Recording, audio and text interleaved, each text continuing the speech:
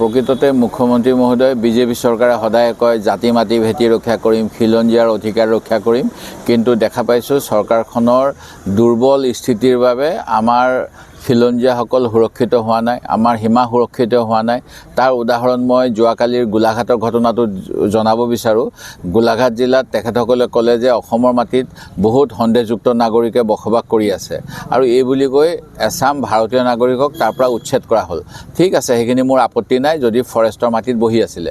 তাৰপিছত চৰকাৰে নিজেই ক'লে যে আমি ফৰেষ্টৰ মাটিবিলাকত এতিয়া উচ্ছেদ কৰাৰ পিছত তাত বন্য প্লেণ্টেশ্যন কৰিম, গছ ৰুম, গছপুলি ৰুম বুলি কৈ এটা অংশত তেওঁলোকে কাম কৰিলে। যেতিয়া দ্বিতীয় অংশত কাম কৰিবলৈ গ'ল তেতিয়া দেখা পোৱা গ'ল নাগালেণ্ডৰ প্ৰশাসনে নগা ৰাইজৰ সহযোগত তাত কাম কাজ কৰাত বাধা দিলে আৰু যোৱাকালি সেই কাম নকৰি ঘূৰি আহিলে। প্ৰথম কথা। দ্বিতীয় কথা, 1 নম্বৰ চেতিয়া গাঁও, 2 নম্বৰ চেতিয়া গাঁও, বিদ্যাপুৰ আদি অঞ্চলত যিসকল লোক বসতি কৰি আছিল সেই অঞ্চলৰ লোকসকলকো নগালেণ্ডৰ ৰাইজে বা প্ৰশাসনৰ সহযোগত ৰাইজে কৈছে সেইবিলাক আমাৰ মাটি, আমি তাৰ পৰা খাজনা লওঁ। আৰু এই কথাবিলাকে অসম চৰকাৰৰ আমাৰ নিজৰ যে সীমান্ত সুৰক্ষা কৰাত তেওঁলোকৰ কোনো ধৰণৰ মতলব নাই, মাত্ৰ বাতৰি কাকতৰ চমক আৰু মুখ্যমন্ত্ৰীয়ে প্ৰেছৰ আগত দম্ভালি মৰা কথা কৈ যেন তেওঁহে জাতি ৰক্ষা কৰিবলৈ বিজেপি দলটো আগবাঢ়ি আহিলে, সেই 16 চনৰ যিটো নিৰ্বাচনী প্ৰতিশ্ৰুতি সেইটো যেন কৰিবলৈ আহিছে, এনেকুৱা এটা আভুৱা ভাড়া, অৰ্থাৎ যাক কোৱা হয় টুপি পিন্ধোৱা বেয়া ভাষাত, সেই টুপি পিন্ধাবলৈ যত্ন কৰিছে। তাৰ বিৰুদ্ধে আজি আমি কংগ্ৰেছ দলে প্ৰতিবাদ কৰিছোঁ।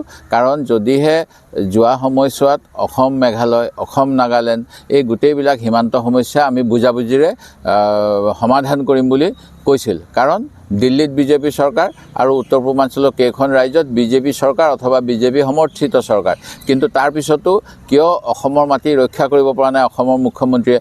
যোৱাকালি তেওঁ কেবিনেট বৈঠক গ্ৰহণ কৰিলে, তাত কিয় তেওঁ ক'ব নোৱাৰিলে যে আমাৰ সীমা নগাক সোমাব নিদিওঁ, আগ্ৰাসন বন্ধ কৰিম, খিলঞ্জীয়াক তাত আমি নিৰাপত্তা দিম? এইবিলাক নকৈ পেলাই তেখেতে ক'ত বন্ধুক দিব বিচাৰিছে? বন্ধুক দিব বিচাৰিছে ধুবুৰীত, বৰপেটাত, মানকাছাৰত, বন্ধুক দিব বিচাৰিছে মৰিগাঁৱত। তাত কৈছে যে বোলে তাত অসমীয়া মানুহ জীয়াই থাকিব লগা হ'লে বন্ধুক ল'বই লাগিব। তাত কি বিদেশী আছে নেকি? যদি বিদেশী আছে, আমাৰ দাবী অসম চুক্তি অনুসৰি অসমৰ পৰা বিদেশী বহিষ্কাৰ কৰিব লাগিব, অসম বিদেশী মুক্ত কৰিব লাগিব, অসম বাংলাদেশী মুক্ত কৰিব লাগিব। বাংলাদেশীৰ অসমত স্থান নাই, কাৰণ 71 চনত আমাৰ নেত্ৰী ইন্দিৰা গান্ধীয়ে বাংলাদেশৰ জন্ম দিলে আৰু তাৰপিছত বাংলাদেশ এখন স্বাধীন দেশ। আৰু যদিহে কোনোবা বৰ্তমান সময়ত বাংলাদেশত যি বেয়া পৰিস্থিতি হৈছে, শৰণাৰ্থী হৈ আহিব লগা হৈছে, কোনোবা হিন্দু মানুহ হওক বা অন্য ধৰ্মৰ মানুহ, তেখেতসকলক অসমৰ বাহিৰত জাগা দিয়ক, কাৰণ অসম চুক্তিখন অসমত বসবাস কৰা সকলোৱে মানি লৈছিল। আৰু এই ক্ষেত্ৰত কংগ্ৰেছ দলৰ এটা ডাঙৰ ভূমিকা আছিল। 83 চনত নিৰ্বাচিত চৰকাৰখন 88 চনলৈকে থাকিব লাগিছিল, কিন্তু অসম চুক্তি যাতে সফলভাৱে অসম গণ পৰিষদ চৰকাৰখনে ৰূপায়ণ কৰিব পাৰে, আঞ্চলিক দলে ৰূপায়ণ কৰিব পাৰে, তাৰ বাবে আমাৰ নেতা ৰাহুল গান্ধীৰ পিতৃ ৰাজীৱ গান্ধী ডাঙৰীয়া সেই সময়ত প্ৰধানমন্ত্ৰী, তেখেতে অসমৰ মুখ্যমন্ত্ৰী হিতেশ্বৰ শইকীয়াক সেই সময়ত পদত্যাগ কৰিব কৈছিল। আৰু সেই অনুসৰি কংগ্ৰেছ দলে অসম চুক্তি যাতে আঞ্চলিক দলে ৰূপায়ণ কৰিব পাৰে সঠিকভাৱে, তাৰ বাবে বাট এৰি দিছিল। কিন্তু এই আঞ্চলিক দলটো এতিয়া বিজেপিৰ লগত আছে। আৰু যেতিয়া নাগৰিকত্ব সংশোধনী আইন 2019 অনুসৰি 14 চনলৈকে অসমত বাংলাদেশীক জাগা দিব বিচাৰিছে, তেওঁলোকে মুখেৰে মতা নাই। আৰু যোৱা সময়ছোৱাত জাতি মাটি ভেটি ৰক্ষা কৰিম, 14 চনৰ 16 মে'ৰ পিছত অসমৰ পৰা বাংলাদেশীয়ে তালি টোপোলা বান্ধিব লাগিব বুলি কোৱাৰ পিছত এতিয়া লাখ লাখ বিদেশী আছে বুলি কৈ পেলাই মাত্ৰ 26 জন বিদেশী খেদিছে। ইয়াতকৈ দুৰ্ভাগ্যজনক কথা নহয়। আমি মুখ্যমন্ত্ৰী হিমন্ত বিশ্ব শৰ্মাৰ দুৰ্বল নেতৃত্বক ধিক্কাৰ দিছোঁ। তেখেতে স্থিতি স্পষ্ট কৰক। তেখেতে এনেকৈ আমাৰ অসমৰ মাটিবিলাক এৰি দিবনে কি কৰিব? তেখেতে চাৰেণ্ডাৰ কৰিব নেকি নিজৰ ৰাজনৈতিক দলটোৰ স্বাৰ্থৰ বাবে? যাতে তেওঁ মেঘালয়ৰ বা নাগালেণ্ড, মিজোৰামৰ যেতিয়া আমাৰ 6 জনকৈ আৰক্ষী হত্যা হৈছিল, মিজো আৰক্ষীয়ে যেতিয়া আমাক গুলীয়াই মাৰিছিল, সেইখিনি সময়ত তেখেতে কি কৈছিল যে দৰকাৰ হ'লে মই নলবাৰীলৈকে এৰি দিম? এনেকুৱা কথা অসমৰ মুখ্যমন্ত্ৰীৰ মুখত শোভা পায় নেকি? সেই গতিকে আমি ইয়াৰ প্ৰতিবাদ কৰিছোঁ।